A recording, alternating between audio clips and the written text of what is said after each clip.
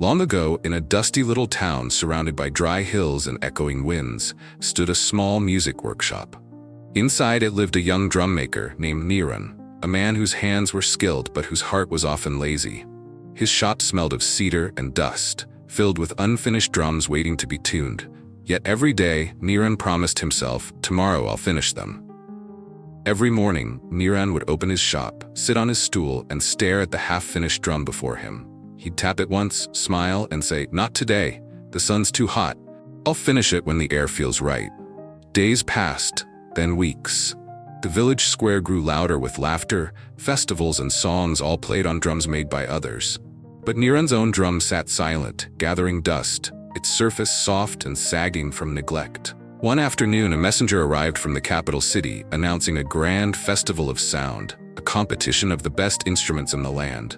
The winner would earn gold and fame, and their music would echo in the royal temple. Old Master Tejo visited Niran's shop that night. He said softly, "Every craftsman must face his own silence, Niran. A drum that waits too long forgets how to sing." Then he placed his hand on the dusty drum and left. For the first time, Niran felt uneasy. He looked at his half-finished drum, its skin dull, its frame crooked, and wondered how something once so full of promise could grow so lifeless. The next morning, Niran began working, but the sun was too bright. The following day, it rained. The day after, his tools seemed dull. Each excuse was a small thread tying him tighter to idleness. Meanwhile, the children outside practiced for the festival. Their sticks struck rhythm after rhythm, perfectly in time. Their music floated through his open window like laughter that mocked him. He closed the shutters, pretending not to hear. One sleepless night, unable to bear the silence, Niran tapped the old drum once more. To his surprise, it produced no sound at all. The skin had loosened, the wood had cracked. In the stillness, he thought he heard a whisper, or maybe his conscience. "I waited for you too long. Now, I have no voice." Niran froze. His heart pounded louder than any drum. He realized that time had not just passed, it had taken something from him. At dawn, Niran took the broken drum to the river. He watched the current carry away dust and old leaves, and in the reflection he saw himself tired, empty, and scared of his own wasted days. Then he understood, laziness is not rest. It's slow decay, a quiet thief of potential. Determined, he returned to his workshop.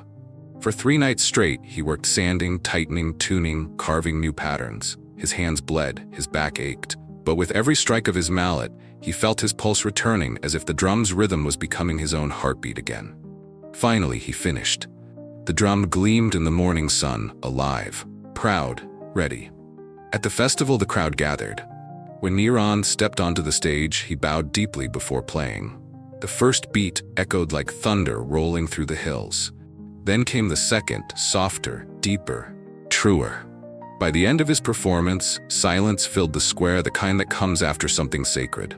Old Master Tejo smiled from the crowd and whispered, "He has found his rhythm." That night, Niran placed his drum beside his bed. He whispered, "Tomorrow will always come, but it's never as loyal as today." From then on, he rose with the dawn.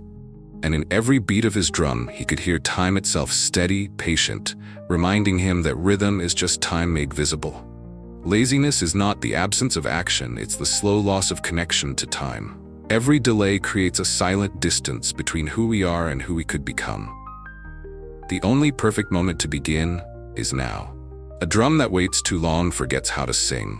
Don't let your dreams gather dust, play them while they still echo.